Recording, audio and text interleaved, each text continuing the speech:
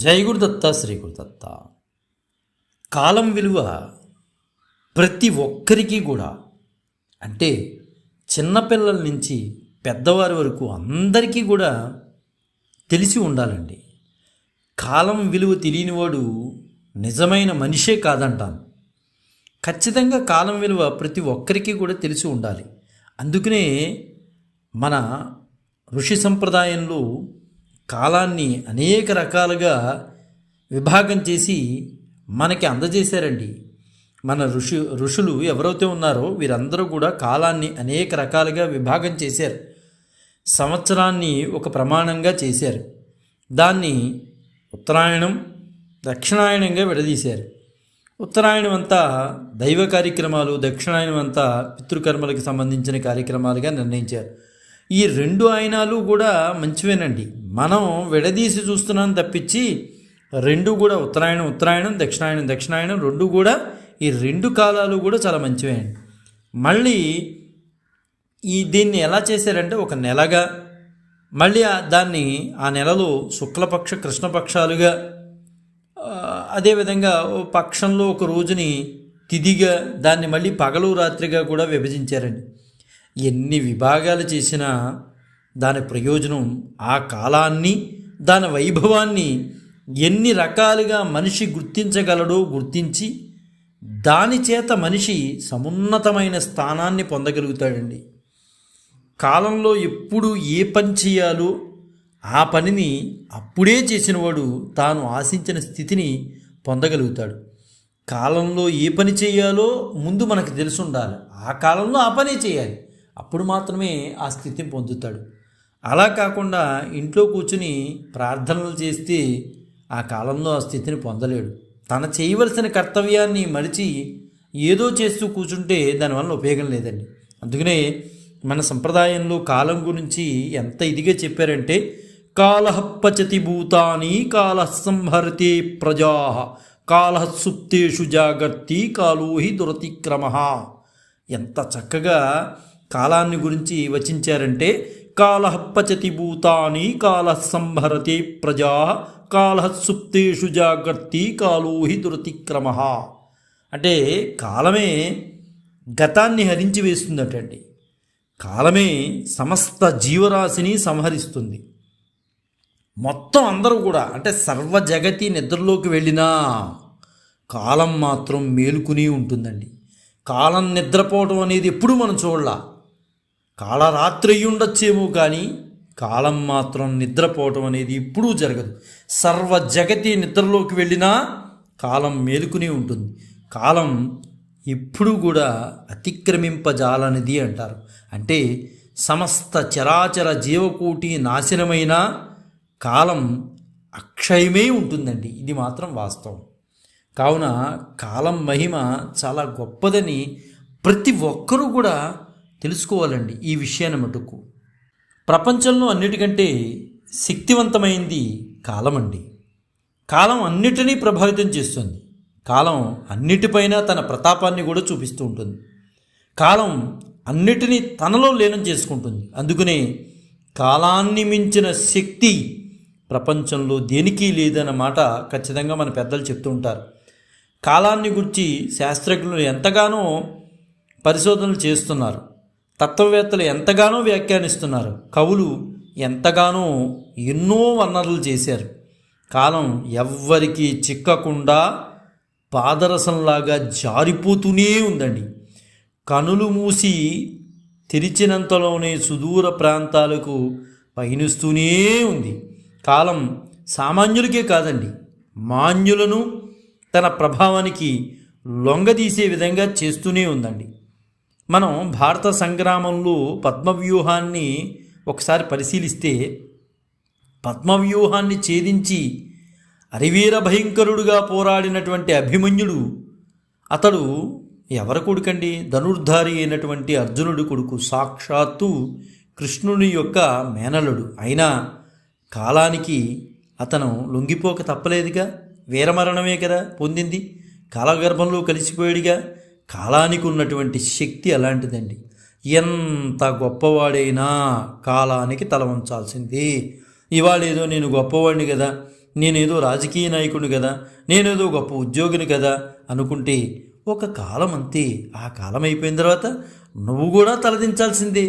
ఈరోజు ఉదయమే కదా అతను చక్కగా పాటలు పాడాడు, నవ్వుతూ మనందరినీ పలకరించాడు, అయ్యో అంతలోనే అతను మరణించాడా అని ఆప్తమిత్రుడి గురించి మనం బాధపడుతూ ఉంటాం. నిజమండి, మన కళ్ళ ముందు చూసిన వారే మరుసటి రోజున మనకి కనిపించలేకపోవచ్చు. అంటే కాలము ఎంత గొప్పదో ఒకసారి చూడండి. మనిషిని ఉన్నట్టే తీసుకెళ్ళిపోతుంది. అంటే మనం ఇది కాలశక్తి కాక మరేంటండి చెప్పండి. చూస్తున్న వ్యక్తి మరుసటి రోజు మనకు కనిపించకపోవచ్చు. కాలానికి ఉన్నటువంటి గొప్ప విశేషం అదేనండి. కాలాన్ని ఎవ్వరూ కూడా అతిక్రమించలేరండి.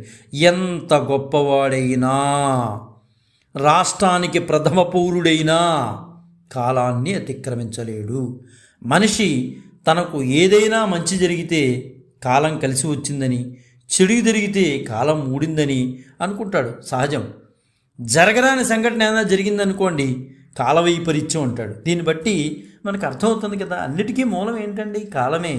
కానీ మనకి తెలియదు. గొప్ప విశేషం ఏంటంటే కాలమే అంతా అన్న విషయం మనం చూస్తున్నా, ఆ గడియారాన్ని చూస్తున్నా మనకి తెలియదు. కాలం ఎలాంటిదో అది ముంచుకు వస్తున్న మనుషులు తెలుసుకోలేరని ఒక నీతి శతకకారుడు చాలా చక్కగా చెప్పారండి. జనులు తమ ఆత్మీయుడో బంధువో మరణిస్తే ఆయన యొక్క శరీరం వదిలేసిన తర్వాత శవం ముందు కూర్చుని బోర్మని ఏడుస్తూ ఉంటారు.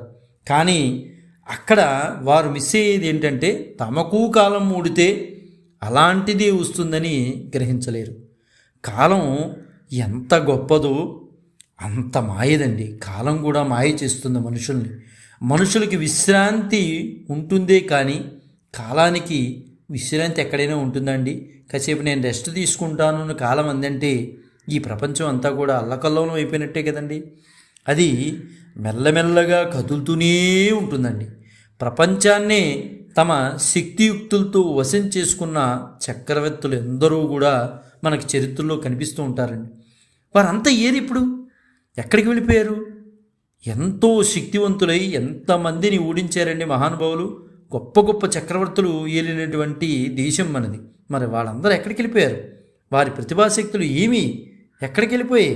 ఇప్పుడు కనపడట్లేదేంటి? ఇలా ప్రశ్నించుకుంటూ పోతే లభించే సమాధానం ఒకే ఒక్కటండి. గొప్ప వ్యక్తులందరూ వెళ్ళిపోయారు. ఎక్కడికి వెళ్ళిపోయారు? ఎక్కడున్నారు?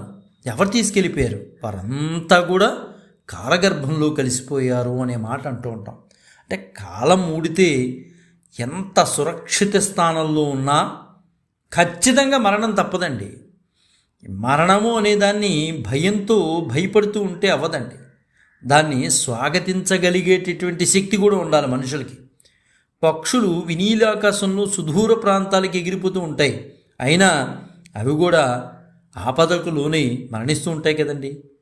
అగాధ జలద నిధిలో అట్టడుగున భాగంలో ఉన్న చేపలకు కాలం ముడితే చనిపోవాల్సిందే కదా. కాలం ముంచుకొని వస్తే ఎక్కడున్నా ఆపదనేది తప్పదండి.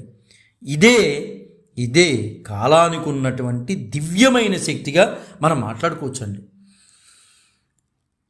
అపర విక్రముడైనటువంటి విక్రమార్క చక్రవర్తి ఏమయ్యారండి? లోకాన్ని తన కావ్యాలతో అలరించినటువంటి కాళిదాసు కనబట్లేదేంటి? ఈ భూమండలాన్ని ఏకఛత్రాధిపత్యంలో పాలించిన మాంధాత వంటి పాలకులు ఏ లోకానికి వెళ్ళిపోయారు? అంతా కాలప్రవాహంలోనే కాలగర్భంలోనే కొట్టుకుపోయారనే మాటని మనం అనొచ్చండి. ఆ సమాధానం వస్తుంది. ఇంకా అంతకన్నా సమాధానం ఏముందండి? కాలం అంత వైపరీత్యము అంటూ ఉంటాం. కాలాన్ని ఎవరైనా సరే కాలానికి అణిగిమణిగి ఉండాల్సిందే. అందుకనే కాలం అత్యంత బలీయమైంది అంటారు. గడిచే కాలాన్ని అనుక్షణం సార్థకం చేసుకోవడానికి మనిషి ప్రయత్నించాలండి. గడిచిన రోజులు మళ్ళీ రావండి. అందుకనే ఇప్పుడు మనం మాట్లాడుకుంటే భాషాపరంగా కానీ మిగతా పరంగా కానీ అయ్యో పూర్వ రోజుల్లో ఎంత బాగుండేది భాష, నా తెలుగు భాష ఎంత చక్కగా ఉండేది, ఈరోజు ఆ భాష కనిపించట్లేదేంటి అని బాధ కూడా వస్తూ ఉంటుంది. ఆనాడు పుస్తకాల్లో గ్రాంధిక భాష ఉండేది. ఈనాడు మచ్చుకి ఒక్క పుస్తకంలో ఒక లైను గ్రాంధికం అనేదే లేదు. అంటే ఆనాటి రోజుల్లో తెలుగు చదువుకున్న వారి జ్ఞానం ఇప్పుడు చదువుతున్నటువంటి వారి జ్ఞానాన్ని బేరేజు వేస్తే మనకు అర్థమవుతుంది. గడిచిన రోజులు మళ్ళీ రావండి. గడుస్తున్న దినాలు అమూల్య వరాలే అని చెప్పుకోవచ్చు. మనిషి వ్యర్థంగా కాలం గడపకుండా తాను సాధించవలసిన అభ్యుదయాలను సాధించడానికి ఖచ్చితంగా కృషి చేయాలండి. అలా కృషి చేయకపోతే కాలం ఏదో ఒక రోజున మనిషిని తీసుకెళ్ళిపోవడం ఖాయం. అంతా అయిపోయిన తర్వాత కూర్చుని బాధపడటం కన్నా మనం చేయవలసిన తక్షణ కర్తవ్యాన్ని ఏదో ఆశిస్తూ ఏదో ఆలోచిస్తూ కాలాన్ని వృధా చేసుకోకూడదు అంటారు మన పెద్దలు. కాబట్టి ఇప్పుడు చేయవలసిన కర్తవ్యం అప్పుడే చేయాలి. అప్పుడే ఆ కాలం అమృత ఫలాలను మనకి ప్రసాదిస్తుందని మనస్ఫూర్తిగా కోరుకుంటూ కాలస్వరూపుడైనటువంటి అనంత పద్మనాభస్వామి వారికి ప్రణమిల్లుతూ జై గురుదత్త శ్రీ గురుదత్త శ్రీపాద శ్రీవల్లభ చరణదాసుడు మానికొండ రాజశేఖర శర్మ రాజమహేంద్రవరం. స్వస్తి.